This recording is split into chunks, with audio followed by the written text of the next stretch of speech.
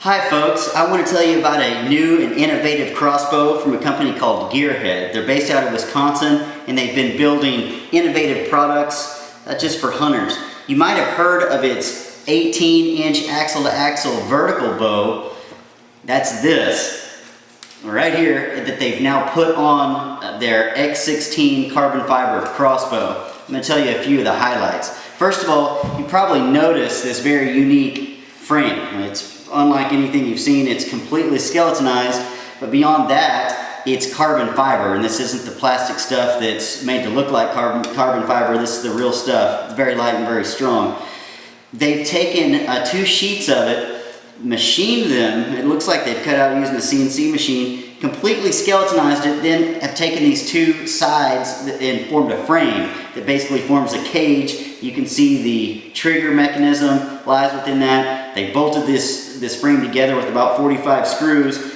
The result is a full-sized, full-length crossbow that's got great performance. I'll tell you about that in a minute. That weighs 4.5 pounds, actually 4.5 pounds bare.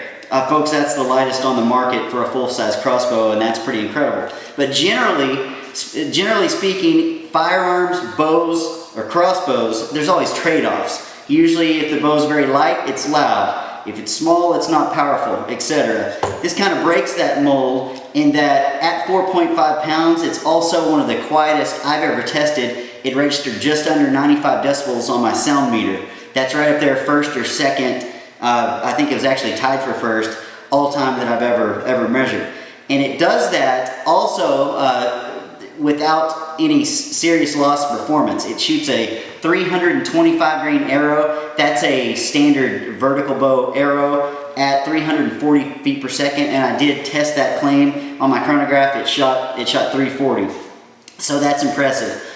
A couple of things just going forward down the bow. Probably see here that this bow design uses what I call a cage riser design. What that does, the arrow is actually loaded through that. But I like it because when the crossbow is cocked, it protects that broadhead and it also protects you from the broadhead. So I really think that this is probably a safer mousetrap, having that broadhead protection there. It's got a whisker biscuit type rest. So you can hold the bow and with the arrow knocked upside down and it's not going anywhere. That's pretty innovative. You probably noticed the vertical foregrip they borrowed from the tactical firearm world. This thing's pretty nifty. It's not new on crossbows, but it is nifty in this sense because you can move it wherever you want. You can fold it to get it out of the way, but you can also use that for a grip. And I like the fact that you can use this for a rest.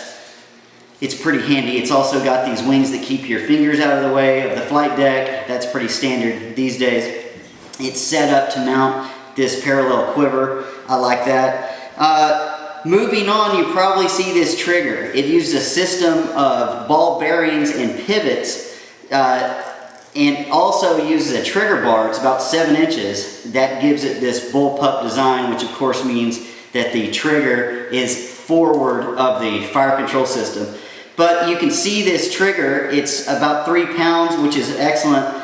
But at first when I looked at it, you can see it. At first I thought that, it could get dirty easily. And while that's true, it can get dirty because it's completely exposed to the elements. It's also true that you can clean it very easy. You can also identify if it's dirty, and then you can simply take a little compressed air or a rag and whatever and clean it. So I think it's a trade-off there. Let's see, accuracy. This thing shot 1.3 inch groups at 30 yards, which is excellent, and it did so, as I said before, very quietly. The bow is available in 70, 90, and 125 pound draw weights. So the 70 would be for kids, the 90 the medium size, and the 125 the full strength model. But even at that poundage, which is minimal for crossbows these days, I was really impressed with that speed and performance that it provided. Fire control system is nothing too out of the ordinary. I do love the safety, the ambidextrous. It's very quiet, one of the quieter in the market. Of course, it's got an anti-dry fire device. On top, you have a Picatinny rail. It comes in this package with a hawk scope, which is a multi-reticle holdover point. illuminated reticle scope, fairly standard. Limbs and risers, very robust. That's my favorite word, as you probably know. And here's one thing that I forgot to mention that is very innovative. See this stirrup? All bows need a stirrup so you can put your foot on it. This one's neat, and I assume that it was by design. But if you put this on the ground, it's flat enough that just the pressure put on your, when you put on your foot, when you step on that, it holds the crossbow vertically, so you have both hands to do anything you want.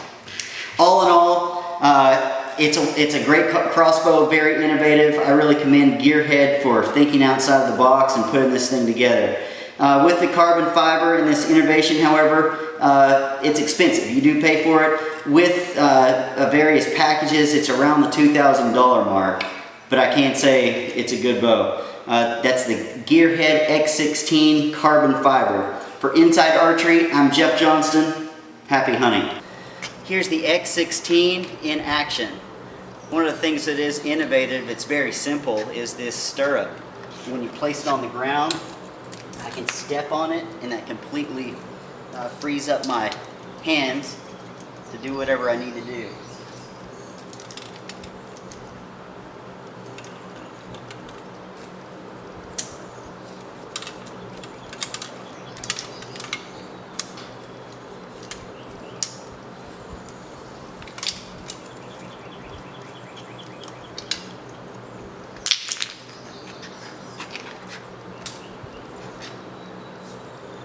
Hot band needs to go up.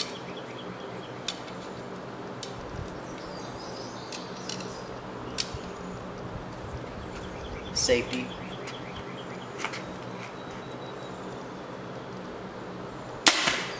You hear how quiet it was? It's the X16 from Gearhead. Happy hunting.